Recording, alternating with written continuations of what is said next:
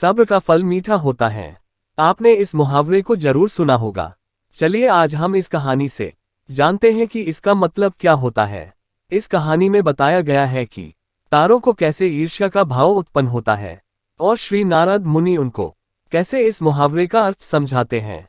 यह अत्यधिक सुंदर और प्रेरणादायक कहानी है। आप इसे पूरा जरूर सुने। जब सूरज अस्त हो रहा होता है तब हल्की हल्की संध्या सी उत्पन्न होती है और चारों तरफ शांत वातावरण जैसा एक अंधेरा सा छा जाता है। सभी जीव जंतु पशु पक्षी अपने निवास स्थान को जाने लगते हैं और हल्की हल्की हवा चलने लगती है। हम जब आसमान की ओर देखते हैं तो सूर्य अस्त होता रहता है। तभी आसमान में तारे टिमटिमाने लगते हैं। कुछ तारे अत्यधिक चमकीले होते हैं परंतु कुछ कम चमकीले होते हैं।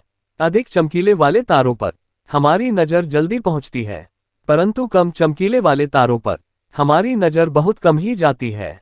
इसलिए हम उन पर ध्यान नहीं दे पाते और उनकी सुंदरता फीकी पड़ जाती है। परंतु उन सब में से एक ऐसा तारा होता है जो अधिक चमकीला होता है, जिसके आने से पूरा आसमान जगमगा जाता है। वह इतना सुंदर और चमकीला होता है कि उसके जगमगाते ही लोगों के चेहरे पर खुशी आ जाती है। उसे हम स्वाति नक्षत्र के नाम से जानते हैं। उसके आने से लोग खुश हो जाते हैं। इसीलिए बाकी के नक्षत्र स्वाति नक्षत्र से ईर्ष्या करते हैं और अपनी इस ईर्ष्या की कथा को श्री नारद मुनि को बताते हैं। नारद मुनि उन सभी तारों को समझाते हुए कहते हैं कि देखो, जो भी सब्र करता है उनकी कीर्ति संसार में होती है और मुझे प्रतीत होता है कि आप लोगों में धैर्य नहीं है। इसीलिए आप लोग संध्या काल होते ही तुरंत जगमगाने लगते हैं। लेकिन स्वाति नक्षत्र अत्यधिक समय के बाद आसमान में आता है, तभी उसकी प्रतिस्पर्धा इतनी अधिक होती है, तभी सभी लोग के चेहरे पर मुस्कान आती। इसीलिए कहा जाता है कि हमें सब्र करना चाहिए क्योंकि उसका फल मीठा होता है। यदि तुम भी देर से आसमान में टिमटिमाते होते तो तुम्हारा भी महत्व होता और तुम्हें भी लोग अलग नाम से जानते। नारद मुनि द्वारा समझाई गई बात सभी तारों को समझ में आ गई।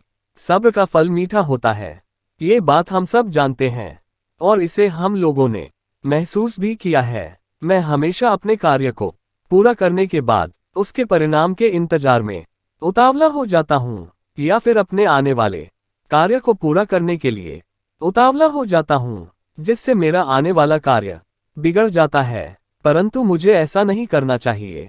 मुझे सब्र करना चाहिए उस परिणाम का या उस आने वाले कार्य का, जिससे मैं उस कार्य को अच्छे से समाप्त करूं और उसका परिणाम भी अच्छा हो। हम जानते हैं जल्दी में लगाया हुआ निशाना हमेशा अपने गोल से बाहर जाता है। हमें धैर्यपूर्वक उस निशाने को भेदना चाहिए, तभी हमें जीवन में सफलता मिलेगी। हमें किसी भी कार्य को धैर्यपूर्वक करना चाहिए, तभी सफलता के दरवाजे खुलते हैं।